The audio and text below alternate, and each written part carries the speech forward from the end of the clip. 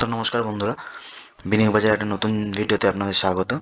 তো আজ আমরা দেখে নেব নিফটি ব্যাংক নিফটি কালকে কি হতে পারে, আজকে সারাদিন মার্কেট কীরকম রিয়াক্ট করলো, ফেডের মিটিংয়ের ফলে কি কি কোনো প্রভাব পড়লো আমাদের মার্কেটে, সব কিছু দেখে নিচ্ছি। তো শুরু করছি। প্রথমেই নিফটির চার্টটা দেখে নিই। নিফটি 5 মিনিটের প্যাটার্নে চলে আসি। দেখুন 5 মিনিটের প্যাটার্নে নিফটি একটা সকালে ওপেন হওয়ার পরে প্রথমে একটা সেলিং এসেছিলো, প্যানিক সেলিং এটা এসেছিলো। মার্কেট কোনো গ্যাপ আপ গ্যাপ ডাউন হয়নি, প্যানিক সেলিং এসেছিলো। প্যানিক সেলিং আসার পরে এই জায়গাটায়, ঠিক এই যে এই রেঞ্জটায় মার্কেটটা একটুখানি পজ করে, এই জায়গাটা মার্কেটটা পজ করে। তার কারণ দেখুন লাস্ট ডে লো যেটা ছিল, লাস্ট ডে লো যখন আমরা পার করে গেছি, লাস্ট ডে লো পার করে যাওয়ার পরেও যখন মার্কেটে এই জায়গাটা এসে মার্কেটটা একটু পজ দেয়, তার মানে এখান থেকে একটা মুভ আশা করা যায় সবসময়, আপ মুভ। যদি এখান থেকে একটা আপ মুভ আসতো, আপ মুভ আসার পরে লাস্ট ডে আপটাকে ভেঙে দিত মার্কেট, তারপরে সেখান থেকে ডাউন মুভ আসতো যদি না মার্কেট কনসোলিডেট করতো। ঠিক সেরকমই একটা আপ মুভ থেকে এসে মার্কেটটা এখানে কনসোলিডেট করছে, এখান থেকে বোঝা যাচ্ছে বায়াররা স্ট্রং হচ্ছে।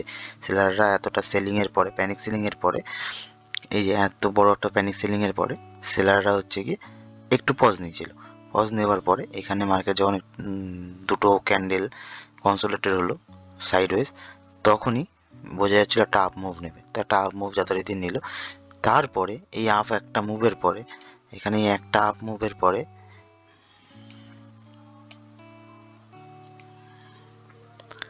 মার্কেটে সারাদিন আর কোনো ট্রেড পাওয়া যায়নি।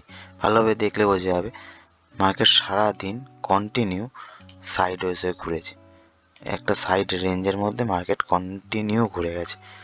এই দেখুন এইখান থেকে এই জায়গাটা আসার পর থেকে মার্কেটটা এই জোন থেকে মার্কেটটা কন্টিনিউ একটা sideways pattern, box pattern create করেছে। Market continue sideways. তো আজকে এরপরে কোনো ট্রেড সম্ভব ছিল না, এখানে যারা ট্রেডার তাদের জন্য আজকে কোনো ট্রেড সম্ভব ছিল না। তো আর একটা ভালো জিনিস হয়েছে, একটা ওয়ান ডে প্যাটার্নে একটা জিনিস দেখাই। 30 মিনিট প্যাটার্নে যাই।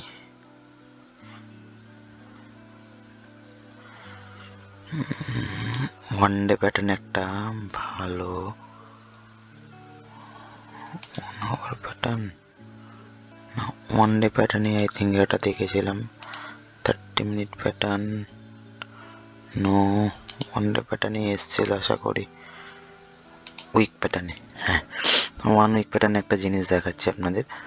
দেখুন নিফটি একটা কি করেছে, দাঁড়ান আগে সব কিছু ইন্ডিকেটারগুলোকে সরিয়ে দিই, ইএমএটা থাকুক। এই দেখুন এখানে নিফটি কি করেছে,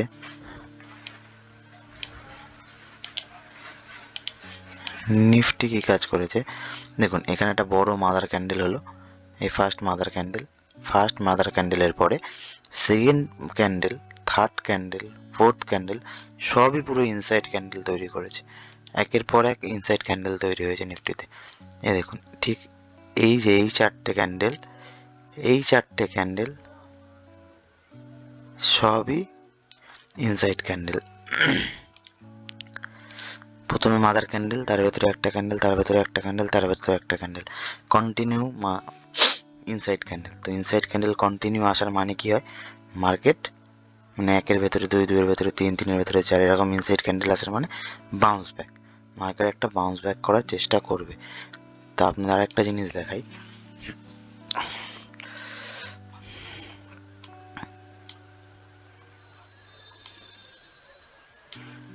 দেখুন লাস্ট কিছু দিনে মার্কেটের ট্রেডিং পাওয়া একদমই সম্ভব ছিল না, ঠিক আছে। লাস্ট কদিনে মার্কেটের রিয়াকশান এত খারাপ ছিল যে কোনো রকম ট্রেডিং পাওয়া সম্ভব ছিল না। তার কারণ এই দেখুন মার্কেট কি করেছে,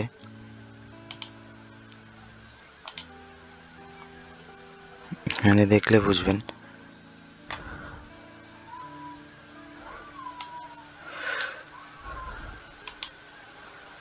দেখুন মার্কেট ঠিক এইখান জায়গাটা থেকে একটা ফল আসলো, একটা গ্যাপ আপ তৈরি করলো, এখানে একটা ডবল টপ রেডি করে একটা ফল নিল, সাডেন ফল।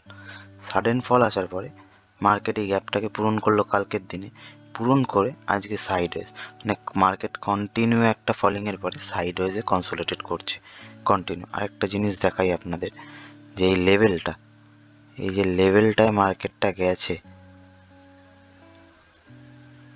এই যে লেভেলটা মার্কেটটা পেরিয়ে গেছে, এই এই যে লেভেলটা আজকে রেডি হয়েছে। তো এরপরে একটা জিনিস বোঝা যায় যে এই লেভেলটা যদি কালকে ব্রেক হয়, এই ক্যান্ডেলটা যদি কালকে ব্রেক করে মার্কেট, যেটা সম্ভব, তার কারণ আমি আপনাদের পরে বলবো, কালকে আপসাইড ব্রেক খাওয়ার সম্ভাবনা কারণ কি সেটা পরে বলবো।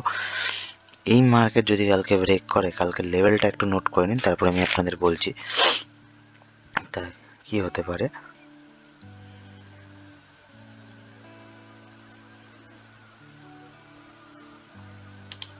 দাঁড়ান,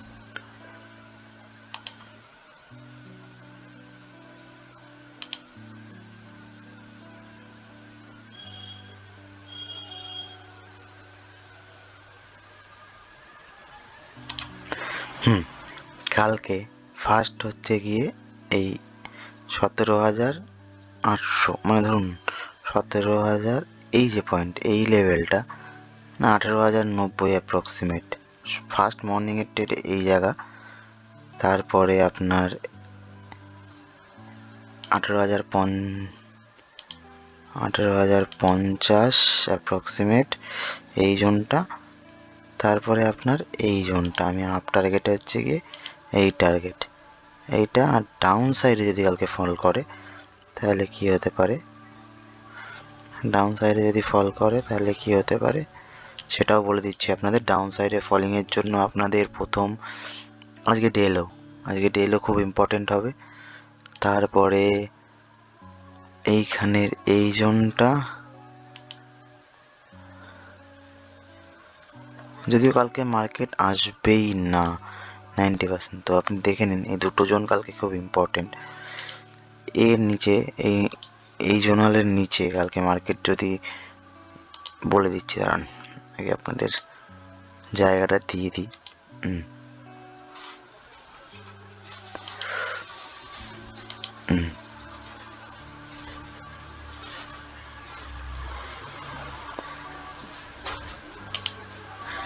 এই হচ্ছে গিয়ে আপনার প্রথম 18,180 ধরে চলুন, 18,180, 18,072, 17,972। কালকে ফার্স্ট কি হতে পারে, ফার্স্ট হতে পারে মার্কেট এই আজকের ডেলোটাকে ব্রেক করতে পারে, যেটা সম্ভব নয়।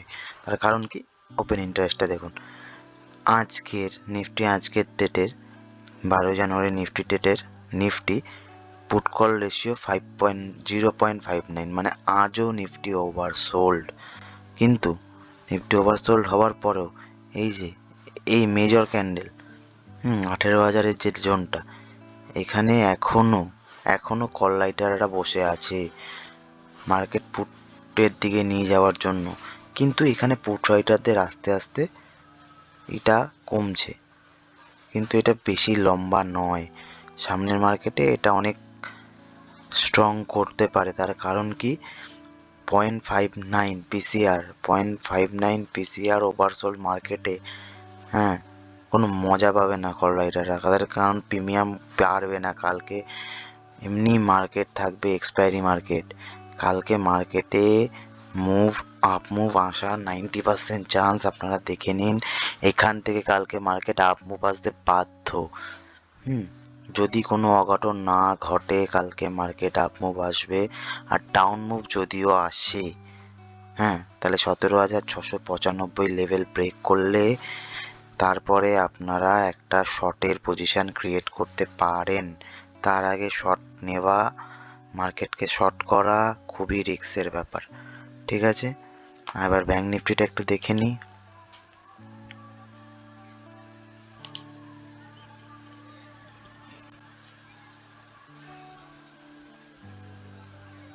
ব্যাঙ্ক নিফটি কালকে যা দিয়েছিলাম তার মাঝখানে আজকে রেঞ্জ রয়ে গেল bank Nifty. Same bank Nifty market সকালে ডাউন হওয়ার পরে এখানে একটু রেঞ্জ বানালো, রেঞ্জ বানানোর পরে ব্যাঙ্ক নিফটিতে একটা মেজর ট্রেড পাওয়া যেত, এখান থেকে যদি কেউ ক্যাপচার করতে পারতো ঠিক এই জায়গা থেকে যদি কেউ ক্যাপচার করতে পারতো তাহলে একটা লম্বা ট্রেড ছিল তার জন্য। তারপরে মার্কেট কন্টিনিউ সাইডওয়েজ। তো ব্যাঙ্ক নিফটির কি বলছে প্যাটার্ন, কালকে এক্সপায়ারি, কালকে হিরো টু জিরো ট্রেডের প্রচুর অপশান থাকবে আপনাদের কাছে। তো তাও একবার দেখে নিচ্ছি ব্যাঙ্ক নিফটি কী বলছে, কি আসতে পারে। এই যে আজকে ব্যাঙ্ক নিফটির টপ, আর আজকে ব্যাঙ্ক নিফটির ডে লো, এটা কালকে খুব ইম্পর্টেন্ট হবে। একটা জিনিস দেখলে বুঝবেন, ব্যাঙ্ক নিফটি লাস্ট দুদিনের ট্রেডে এই যে কনসোলিডেটেড জোনটা রেডি হলো, এই যে জোনটা রেডি হলো আপ টু এইটুখানি, এই জোনের মধ্যে ব্যাঙ্ক নিফটি ঘুরছে। এই যে কালকে ঠিক মার্কেটটা 9:40 10টার মধ্যে এই যে মার্কেটটা আসলো আপ মুভ থেকে নিচে, তারপরে এই জোনটাতে বা Nifty bank Nifty continue consolidate করে যাচ্ছে। তো মার্কেটে একটা জিনিসই বোঝা যাচ্ছে এরপরে আপ মুভ আসার সম্ভাবনা আছে, তার কারণ সেম জিনিস এখানে ব্যাঙ্ক নিফটির যদি আপনারা পুট কল রেশিও দেখেন, তো এখানে দেখবেন ব্যাঙ্ক নিফটির পুট কল রেশিও 0.78, মানে হচ্ছে 0.78, মানে এখানেও ওভারসোল মার্কেট। তো কালকে একটা আপ মুভ আসার প্রচুর বড় গ্রিন সিগন্যাল দেখা যাচ্ছে। আগে আমি হচ্ছে কি আপনাদের লেভেলগুলো নোট করে তারপর একটা জিনিস দেখাবো। লেভেলগুলো নোট হচ্ছে গিয়ে এই হচ্ছে আপনাদের লেভেল, এখানে এত পর্যন্ত আসার সম্ভাবনা আছে, আর আপসাইডে আপনাদের এই এত পর্যন্ত আসার সম্ভাবনা আছে, ঠিক আছে।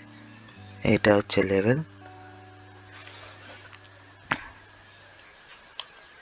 এবার একটা জিনিস দেখাই, ব্যাঙ্ক নিফটি কি করছে লাস্ট কিছু দিনে, এই একটা রেঞ্জকে খুব ভালোভাবে রেসপেক্ট করছে। এই যে রেঞ্জটা,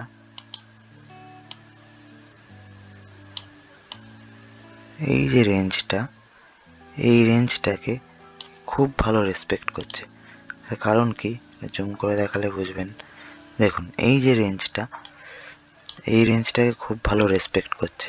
দেখুন এই রেঞ্জের মাঝখানে ব্যাঙ্ক নিফটি কি করেছে, প্রথমে এখানে কনসোলিডেট করেছে মার্কেটটা, এখান থেকে একটা গ্যাপ আপ হয়েছে, এখানে এসে আবার কি করেছে, এইখানে এটাকে সাপোর্ট বানিয়েছে, এই জায়গাটা সাপোর্ট এসছে, হ্যাঁ। তারপরে এইখানে মাল্টিপল টাইম এখানে আপনার রেজিস্ট্যান্স নিয়েছে, ঠিক আছে। তো এই জোনটাকে যদি কালকে ব্রেক করে, এই যে আপনাকে দেখিয়ে দিচ্ছি,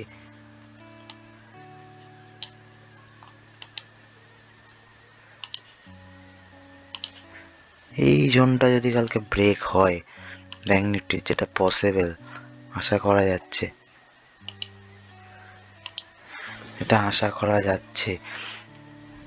এটা ব্রেক হলে 500 ব্রেক হলে টোটাল 800 আপসাইডে কালকে মুভ আসতে পারে, আর নিচের দিকে আসতে পারে।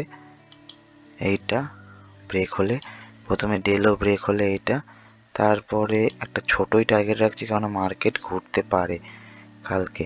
যদি ডেলো ব্রেক করে এখান থেকে একটা বাউন্স নেওয়ার চান্স আছে, আর যদি এইটা ব্রেক করে 41,640, তাহলে আপনারা শর্ট করতে পারেন, এই জায়গা থেকে মার্কেট শর্ট করতে পারেন। মার্কেট প্রথম এখানে আসবে, তারপরে আরও একটা রেঞ্জ আপনাদের দিয়ে দিই, যেটা হচ্ছে মার্কেট এখানে আসবে, তারপরে এই রেঞ্জ পর্যন্ত আসবেই মার্কেট। যদি শর্ট হয় তো কালকে ফল করে, যেটা পসিবল নয়, 40,800 পসিবলই নয় কোনো দিন, কারণ কালকে মার্কেট অত ফলে যাবে না, কারণ পিসিআর ওভারসোল্ড, মার্কেট এখান থেকে বাউন্স করবে 42,500, কালকে ডেফিনেটলি ব্রেক হবে, এটা আপনারা মিলিয়ে নেবেন।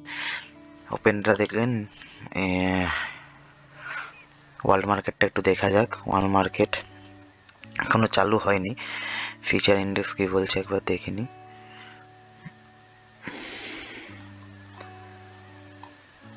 ন্যাসডাক কালকে তো স্মল গ্যাস আপ হয়েছে,